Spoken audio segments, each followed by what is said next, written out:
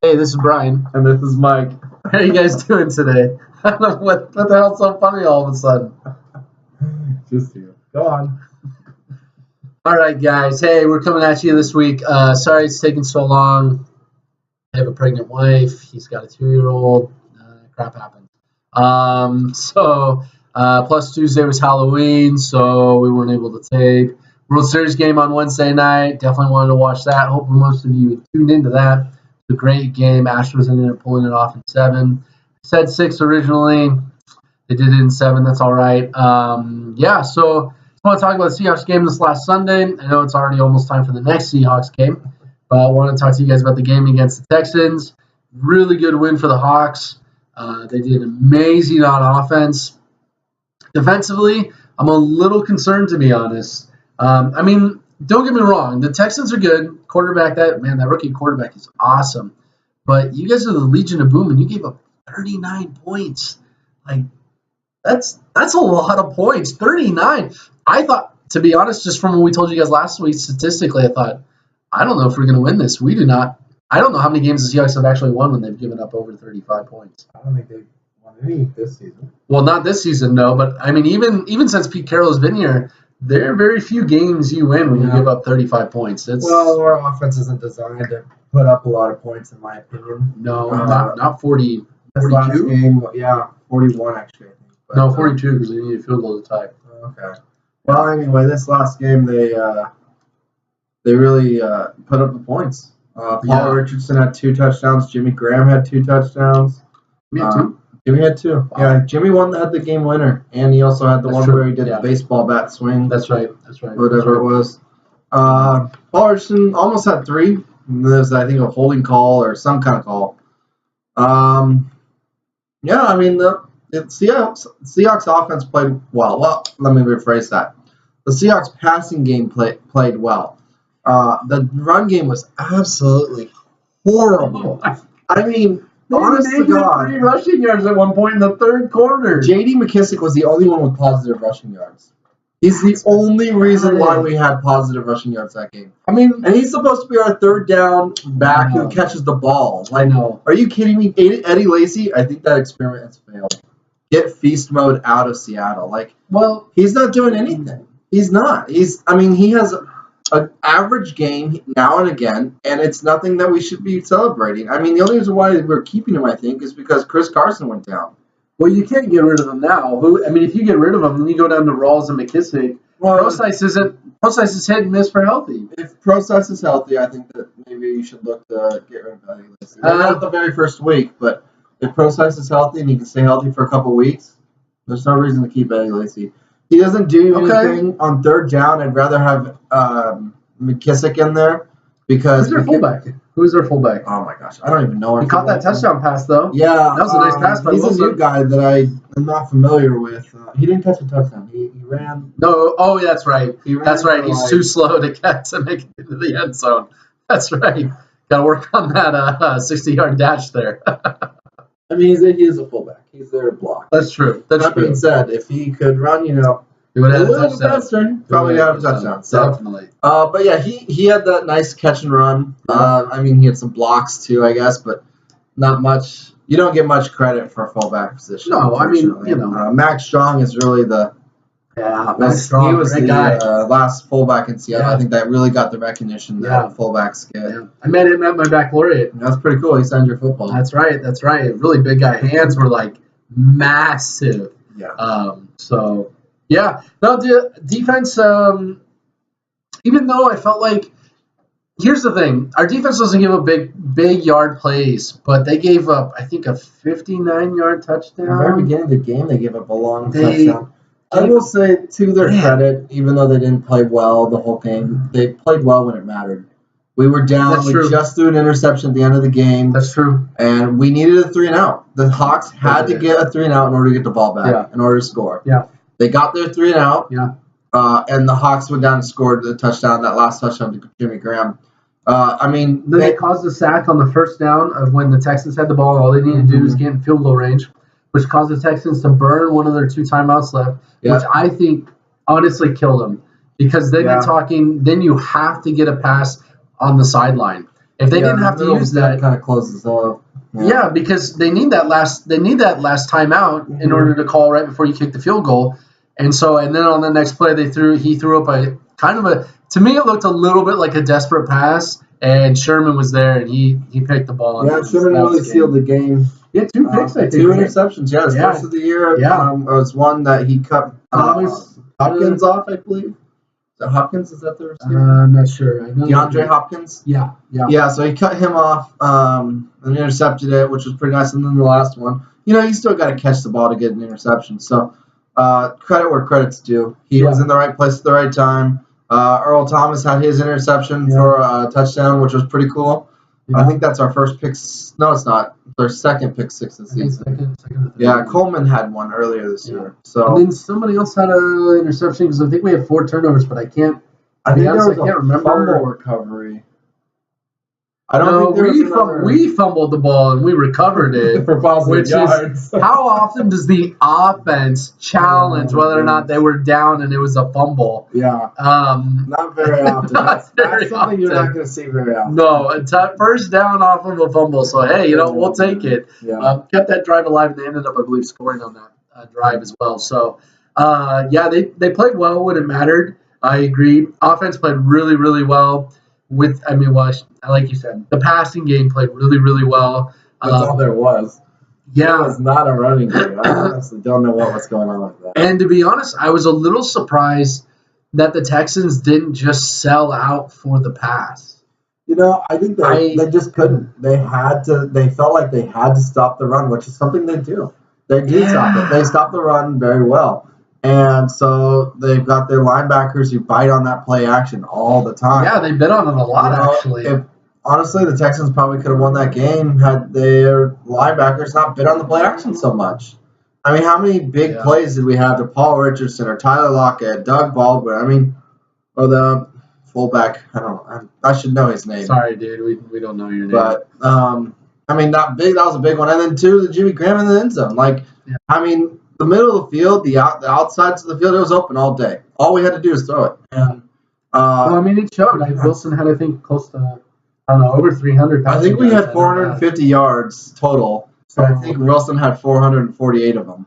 I think we had 2 rushing yards. I'm not sure. 2 or 3? It might have been 3, so he might have had 447 passing yards. 9 feet. That's all we got. 9 feet. So not even a basketball hoop. Yeah. That's pathetic. A lot of that's on the running backs, but a little bit of that, I have to say, unfortunately, that's on the line, too. I think most of it's on the line because the running backs were getting hit in the backfield. Yeah, they were on a couple of them. Well, what's his freaking McClowney, man? You can't – what's with the left guard and not even touching him on some of the plays? Oh, yeah. He's terrible. He just lights up the running back. I don't care what running back you are. Even if you're Marshawn Lynch, if you get hit within half a second of getting the ball, you're not going to go anywhere. You're just not. You're lucky to get back to the line. You're lucky. And that was something that Beast Mode gave us. Yeah. He gave us the ability. He got hit in the backfield actually quite a bit. The offensive line, he was able to get back to the line. And then a yard, maybe. Yeah. 2 yards sometimes. So I think Seattle's very fortunate that J.J. Watt didn't play in the game. Yes, I think that's very accurate. J.J. Watt's a beast and run and pass. He's the best defensive player in the league when he's healthy. Yeah. Oh my gosh. Yeah. So part of it's I think the offensive line. Some of it's the running backs not being able to get back to the line. Yeah. I remember there was a play where Rawls got hit literally right as he touched the ball, and it's like we're lucky he didn't fumble that. To be honest with you, and. If the run's not there, good for the Seahawks for passing the ball. Yeah. Good for them. Yeah, way to adapt. Yeah, there's going to be games like that where you have to do that. Yeah. And you got to win those games. So it's just like the games against, the one against the Rams a few weeks back when we couldn't score. You got to win those games the same as you got to win the other ones. Yeah. So it's about getting it done at the end of the day. And the Seahawks got it done at the end of the day. So, there's nothing much else to say about that, and they just did an excellent job. Mm-hmm. Unfortunately, I think Rawls dropped a pass in the end zone. It went off his fingers. That was a little hot. That was. I feel like Rawls should have caught that, should have laid out for it, but at the same time, Wilson, you got to put that in his hands. That's an easy pass. I feel like he just got the jitters. Just a little dump. Dump it. Just But yeah, so Well, he hasn't Wilson scored a needs- touchdown this year, so yeah. He's Well, won Wilson that needs to hit touchdown. that, and Rawls needs to catch it. yeah. And then what was up with the referees not calling a late hit on Doug Baldwin? He took 2 steps out of bounds, 2 steps, Yeah. and then he gets hit, and they don't call a late hit. I don't understand that at all. No, I understand. I don't know where that came from. I don't know how that's not called a late hit, and cost us a touchdown. I think because that's a 1st and goal at the 1 yard line. That's true. And if you're telling me the Hawks can't get in on 3 downs on the first, well, we know. We know. We watched them. They didn't get in. They had 5 plays and they didn't get in. Well, my point still remains. They should have scored a touchdown on that. And I honestly believe that. I can't. It baffles me. Yeah. I mean, a bad call here and there, that's fine. If it's a holding and you miss it, I get it. Holding is hard to see sometimes. Yeah. But if he's 2 steps out of bounds and you don't call it after he gets hit, I just don't understand that. Yeah, and it didn't appear to me that the Texans guy really tried to hold up either. No, it looked like he directly went for Doug Baldwin. Yeah, I mean it didn't look like it was a lethal or vicious hit. It's just he just didn't try and pull up. Like he thought, okay, I'm gonna hit you. Yeah, he's And like, it's I'm like, going to get a cheap shot on you. It's not going to be too hard, but it's still going to be a cheap shot. And here's also the thing to say about that. If you go back and look at the play, the angle at what Doug Baldwin is in, it's a very good way to hit somebody in the back of the legs and possibly cause a tear. And then he's done for the season. And, if Doug Baldwin goes out, guys, we're in trouble. Oh, yeah. He has been Mr. Reliable. For sure. He's probably top 5 best receivers in the league. Yeah, I agree. He's the most underrated receiver in the league.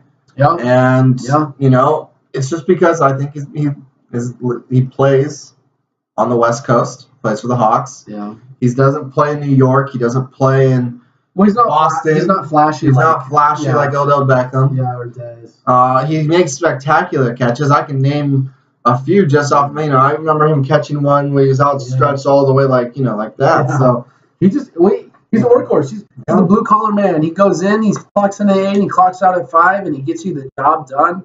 And he does a good job too. And you know what? That's all we need. We just need 8 to 5 guys who can go in there, work that field during the game, and at the end of the game, call it good and get us the win. I mean, the Seahawks are really looking to make moves. They tried to trade Jeremy Lane. Jeremy didn't pass his physical, so Jeremy's back with us. Hey, I like Jeremy. Don't get me wrong. Though I heard you were telling me, you're saying that maybe he's causing a little bit of locker room problems. yeah, well, there were some issues that were going on. He was upset that he was no longer the starter corner, and that Shaquille Griffin took his spot. Well, newsflash, Jeremy. I mean, Shaquille Griffin's been amazing. Yeah, He's been very good on the outside. And when you got a guy that's playing that well on the outside, you don't trade it for someone who's maybe healthy. yeah. We can't take that risk on you. You could be the nickelback guy, which is what you've been doing your whole career with us, Yeah.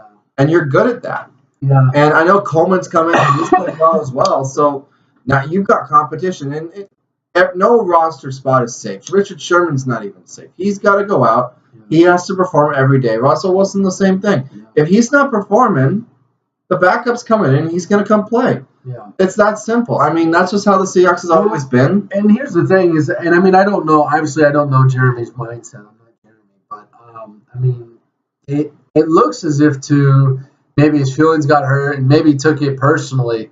And I gotta say again, I'm not Pete Carroll, but I gotta say I don't think you should take it personally. It's just they're going with somebody who's done well. He's earned the job. And it's not that they don't like you or don't want you on the team necessarily. I think they probably traded you because of the issues that were caused. You didn't pass physical. You're back on the team. Personally, I mean, I know it'd be hard, but don't carry a chip on your shoulder.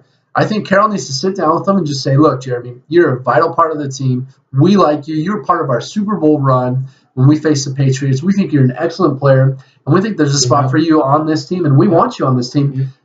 But you can either show up and give us your 110%, or you can complain. You can be part of the solution, or you can be part of the problem. What do you want to be? Yeah, well, let's look at the past.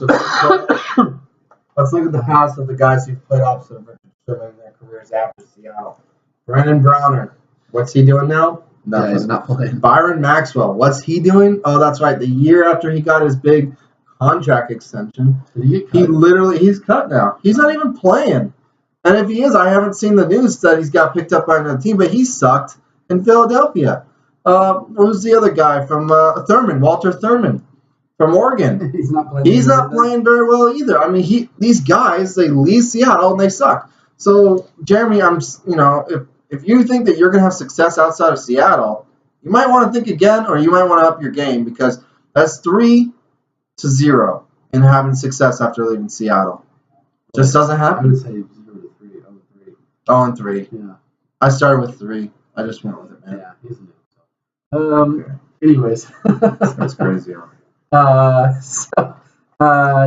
So looking forward to this week. We got the Redskins. We're at home. That's a good sign going up against Cousins. I'm a little worried because Thomas isn't playing. And I don't know if all of you remember last year, but I think we only won maybe 2 games of all the games that we played after Thomas got injured. We won the first playoff game, I think, right? That's true. We did win against the Lions. Thomas is a valuable player. He really is. A valuable player. He's like the MVP on defense. Who are you kidding, man? I don't know what you're smoking. He's the center fielder of the defense. He is the center fielder of the defense, baby. He's a free safety, and he's amazing. He is. Here's the thing. I freaking love Sherman. He's a great cornerback. I love Bobby Wagner. He's a great middle linebacker. And I love Cam Chancellor. He's another great safety. But here's the thing. Cam, if you watch this, don't take any disrespect, man. No disrespect, man. But you're not a great pass protector compared to Earl Thomas. I'm sorry, you're just not. You are the heavy, man. You go in, you make the hits, you stop the run. You are one of the best run stoppers I've ever seen, or one of the best people to give a hit. Hardest hitter. Yeah, hardest hitter I've ever seen. Now, closing the gaps on like a running wide receiver, Thomas is the best. Nobody, I feel like, nobody reads the field like Thomas does. He definitely is a great play leader. He gives the quarterback that false sense of safety in throwing the ball, and he knows when he's about to throw it. And right when the quarterback's throwing the ball, he realizes, oh crap, Thomas knows what I'm doing, and Thomas closes in. He either deflects the ball, he intercepts the ball, so he lures the quarterback into making bad decisions, and he's so vital to the defense that way. And I don't know who the backup is. I'm sure he's trained under Thomas. I'm sure Thomas has helped him. He's coached him. But it's like there's only one Thomas. There's only one Babe Ruth. There's only one Michael Jordan. Like, look at Michael Jordan's kids. Are they playing in the NBA? No. Did they even play D1 ball? No, I don't think so either. They played baseball. No, one kid played like Division II basketball, and then he got like trouble in Vegas for like over gambling and shooting his mouth off. Jordan's kids, they didn't go anywhere. So it's like you can train under the best. That doesn't necessarily make you the best or make it so you can be as good as the best. That being said, Richard Sherman is the best corner in the league. I honestly believe. Yeah, I think he is too. Yeah, Shaquille Griffin, I think, has a case for a top 5 spot potentially, especially if he continues to play the way he's playing. So, quarterbacks are always throwing it on Shaquille's side. They are, because they're picking up. So they know that they don't want to go to Sherman, because they know that if you throw it to Richard Sherman's side enough times, you're going to get picked off. Deshaun Watson did not understand this concept. Well, Deshaun Watson got a couple good passes off on Sherman. He did get a few good passes, but eventually, what did he do? He got 2. He got picked off. And that's just how it is. Richard Sherman's going to make you pay. He may get a few on him. He may, but you know what? Eventually, he's going to intercept you, and you're going to feel like crap. And it's going to be on the key plays that matter. Yeah, it is. It really is. Because Sherman tightens his defense down on the key plays. He knows, when situations are critical. Yeah. He's a lockdown corner. Not to say that he's not on all the other plays, but sometimes when you don't get the ball thrown at you so much, you get lazy. I get it. Like, he's the number one. His biggest thing that drives Sherman is pride. Mm-hmm. Sherman is driven by his pride. He did not get drafted, and that is sitting right up here. He was a sorry. He did not. Round pick. Sorry, excuse me. Yes, but he didn't get drafted before that, and he felt like he should have. And I believe Harbaugh, who's coach at Stanford, didn't really talk him up much to people. Well, he didn't like Jim Harbaugh very much, I believe, because he switched. He was a receiver. Yeah, and he was a receiver with Doug Baldwin at Stanford, and he switched to the defense because he didn't like Harbaugh very much. So, I mean, that being said, Harbaugh didn't take him, and when he met the 49ers. Yeah, seriously. I mean, I'm glad he's a Seahawk and not a 49er. I would hate him if he were. It would be terrible. But, yeah, I mean, I think we'll be okay with Sherman and Shaquille Griffin, Coleman at the nickel, and Jeremy Lane, I think, if he can fill in and play. Yeah. And then you've got Cam Chancellor. You know, he's a run stopper. He can stop the run. He can also play a little pass defense. He does well in tight ends. The guy we got, who we signed, was it Dwight Freeney. Yeah, Dwight Freeney. He was signed literally like minutes after our video was over last week. I don't know if you noticed that. Yeah, he is.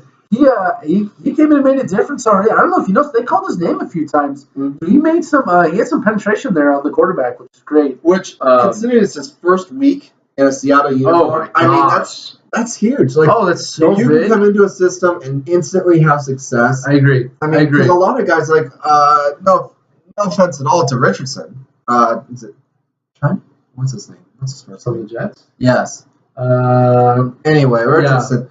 He didn't have success when he first got into the Seattle uniform. He was good, but he wasn't what he was, and he was learning the system. And now we're calling his name all the time. He's constantly getting at the quarterback or the running back, and I mean, he's just been an amazing player for our D line. Yeah, I agree. I think Dwight Freeney's only going to get better as he learns our defense more and more. Yeah. We picked up. We tried to trade Jeremy Lane and 2 draft picks for I think it was the 5th and the first or second. Well, it ended up being a 3rd and a 5th. So the way I believe the way it happened was they only got 2 draft picks from us. Yeah, I don't remember, or maybe it was just Lane and a 5th round pick for Brown, and I believe we got a 3rd round pick. I believe. I think I know we got a draft pick back. But anyways. The deal fell through. Jeremy Lane came back to Seattle, like we mentioned, and then they got a 3rd round pick and a 5th round pick. Yeah, I could double check that, but I mean, I think it's gonna be good. Brown's already said he feels like he wants to retire as a Seahawk, which is a great thing. Yeah, I mean, it's always nice when guys want to retire as a Seahawk. It means that you're gonna get them for the rest of their career. Of course, you want them to play well for the rest of their career. And that being said, he had contract. Him saying that also. New team, you want to make other people happy. Yeah, I get that. Yeah. But he is a Pro Bowler. And I'm excited to see what he's going to do this year. He's going to replace the left tackle. I think he's going to play left tackle. He's going to replace Obamamu.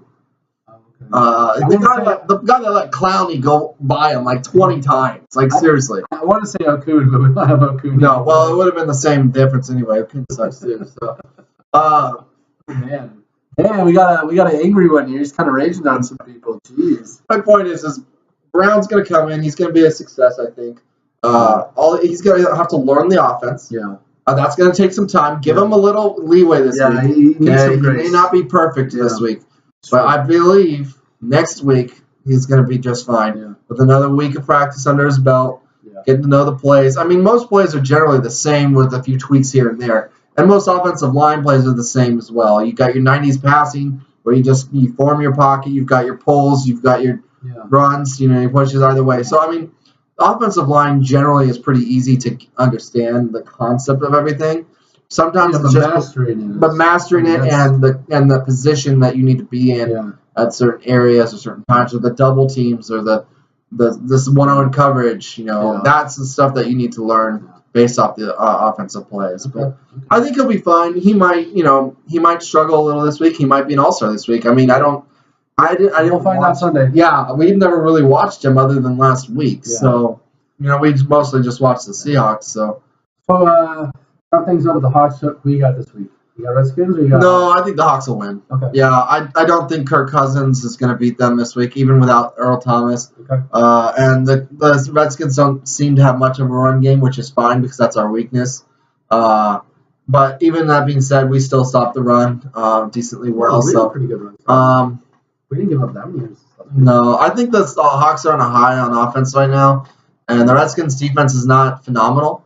It's okay. So I'm thinking 30-24 Seahawks. Okay. Yeah. Okay. I'm picking the Hawks as well. I'm going 24-21 actually. I think it's going to be a little closer than it would have been, only because Thomas is going to be out. I think that's going to keep. I think it's going to keep Cousins in a minute. I guarantee you guys, you can see a lot more than 3 yards of rushing this game. The Redskins' run defense is not as good as the Texans. It's just not. So I expect to see a lot more, and the addition of new offensive linemen. I expect to see a little bit more running. It could be. I would be maybe even tempted to go 30-21. Possibly. I don't know. I'm in between.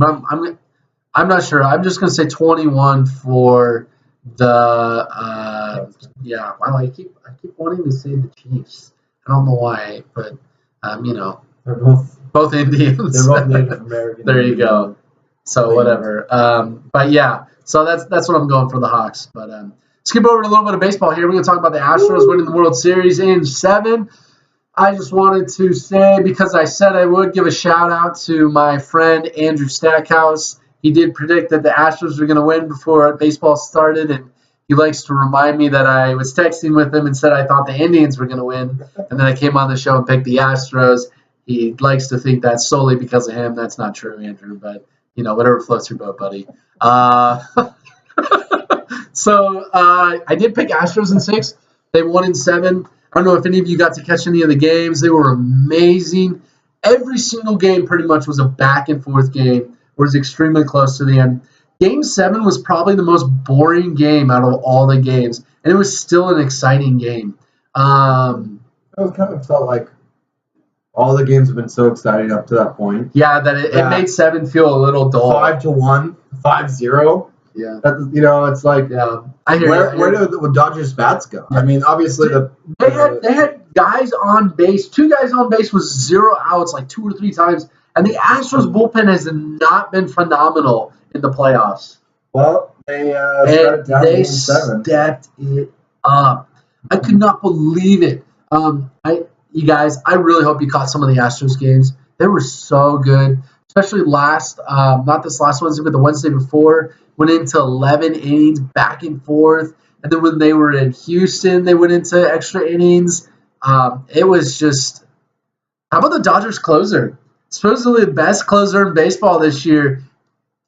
2 games he blew. Apparently 2 games. He couldn't take the pressure in the playoffs. Oh, my gosh. There's regular season closing games out, and then there's playoff time. Yeah. And you got to be able to do it in the playoffs because that's what matters the most. Aroldis Chapman, when he played for the Cubs last year, he blew it. He blew he blew a few. In the World Series against the Indians, he gave up a home run. Yeah, I believe it was Game 7. Yeah, we all thought Indians are going to win, and then of course the Cubs did end up coming back and winning, but it was not because of Aroldis Chapman. Now I get that every player struggles, and Aroldis Chapman had pitched so much through that series that the Indians were just starting to catch on. Yeah. And Chapman left the ball low. He left the fastball low, which allowed, I think it was Davis to hit that home run. I'm not 100% sure on that. But anyway. I can picture him, but I can't remember his name. Yeah, I want to say it's Davis. But anyway, I mean, Chapman needed to keep the ball high. He wasn't able to last year.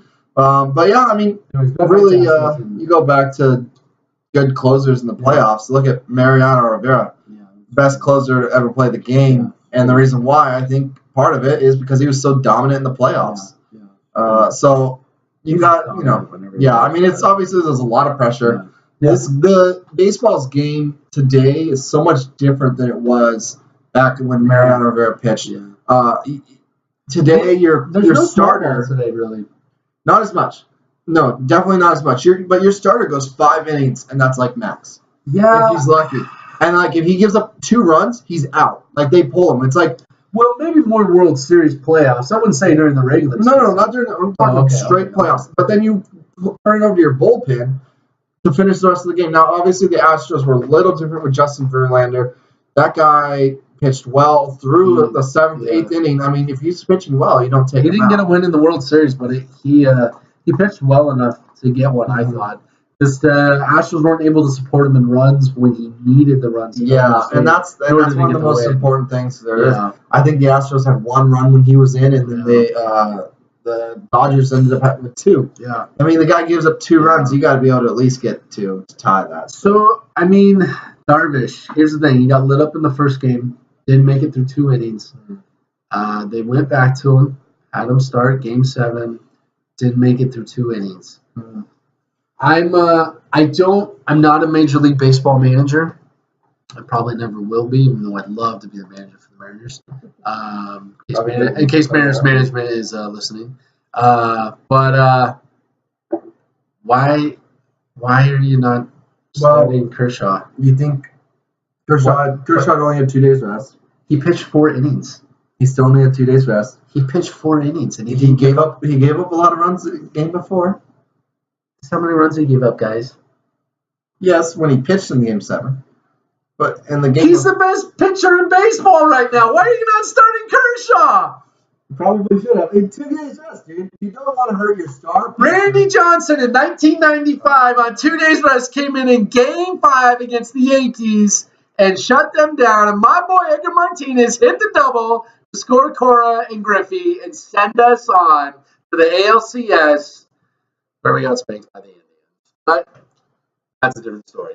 I'm just saying, that's going to bite him. I know what you're saying. He's going to get yelled at. He got yelled at by upper management for not playing. I get that. But Yu Darvish has been a pitcher that has been good all year long for the most part. And you gotta trust in his ability to come bounce back, come back, and pitch well.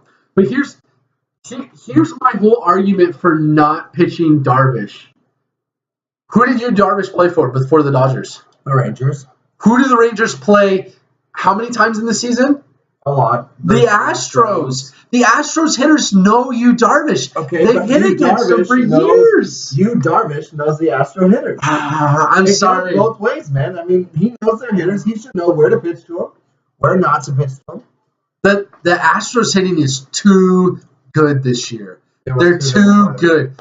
I mean, you know what? Here's the thing. If Yu Darvish had pitched lights out, would I be sitting here talking to you saying, why didn't they pitch Kershaw? No, I'm sure I wouldn't be. But it just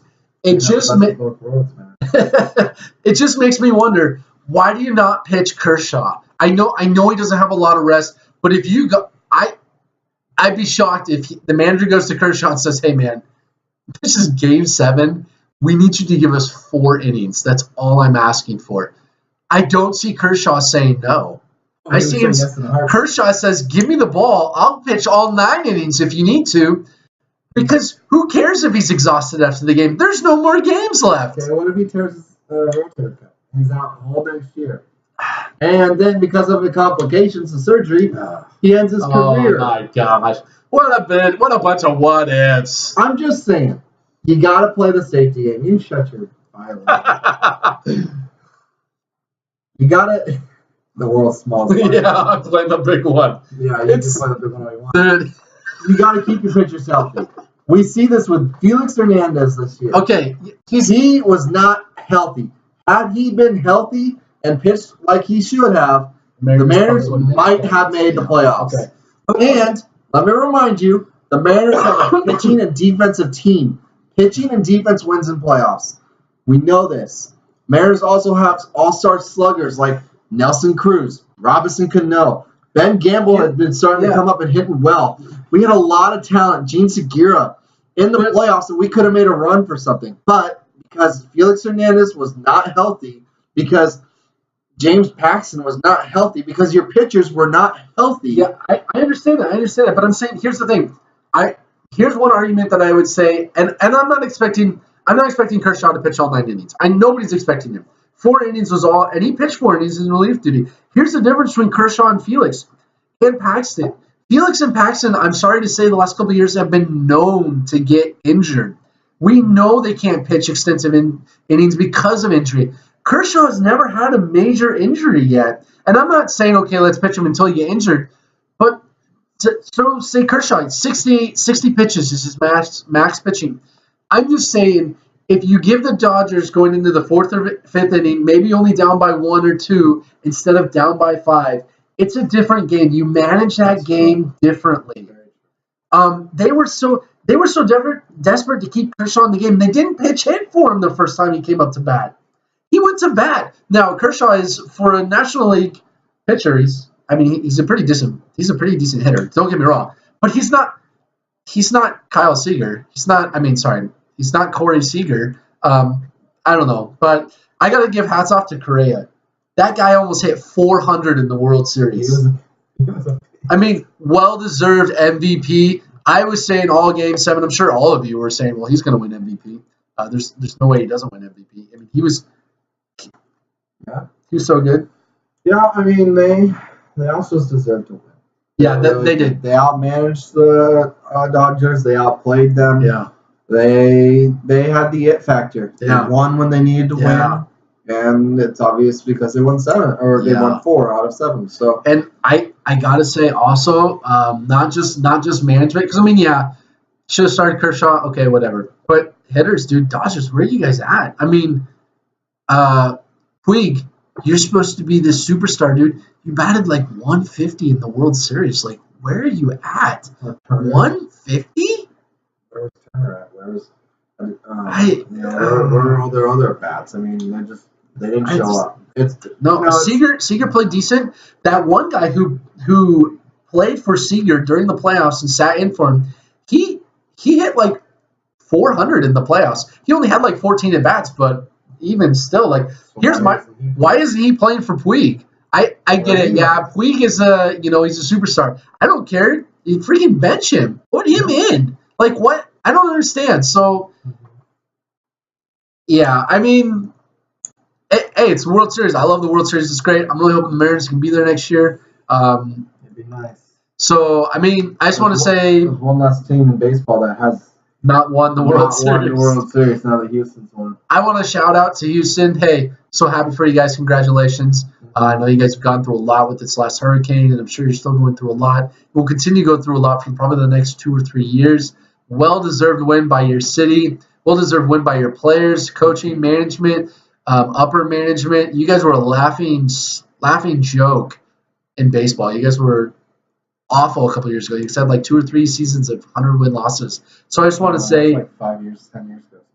Not 10. It was. That was like they were in the National League. Yeah, but right before they came over to the American League. Right before they came. And I think somebody said we're gonna finally get some wins now. I did say that. I bounced back in our butts.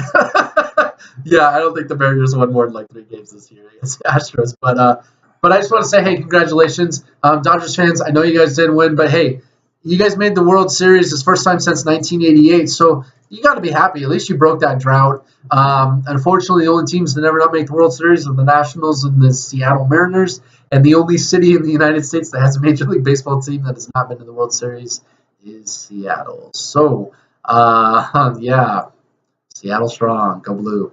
Anyways, yeah, we love you, Mariners. We hope you guys make the playoffs next season. What do you think? Nationals, Mariners next year. That'd be so great. Series. That'd be such a great series. I'd love that series. A little bit of Bryce Harper against like Seager and Cruz and Cano. Yeah, that'd be great. Pretty sweet. Yeah, as long as the Mariners win. Yeah. So, anyways, we're gonna wrap it up a little bit longer this week. Hey, thanks for tuning in, you guys. We'll hope to get one to you in the next couple of days. Hope you enjoy the Seahawks game this weekend, and we'll talk to you guys later. Take care. Peace.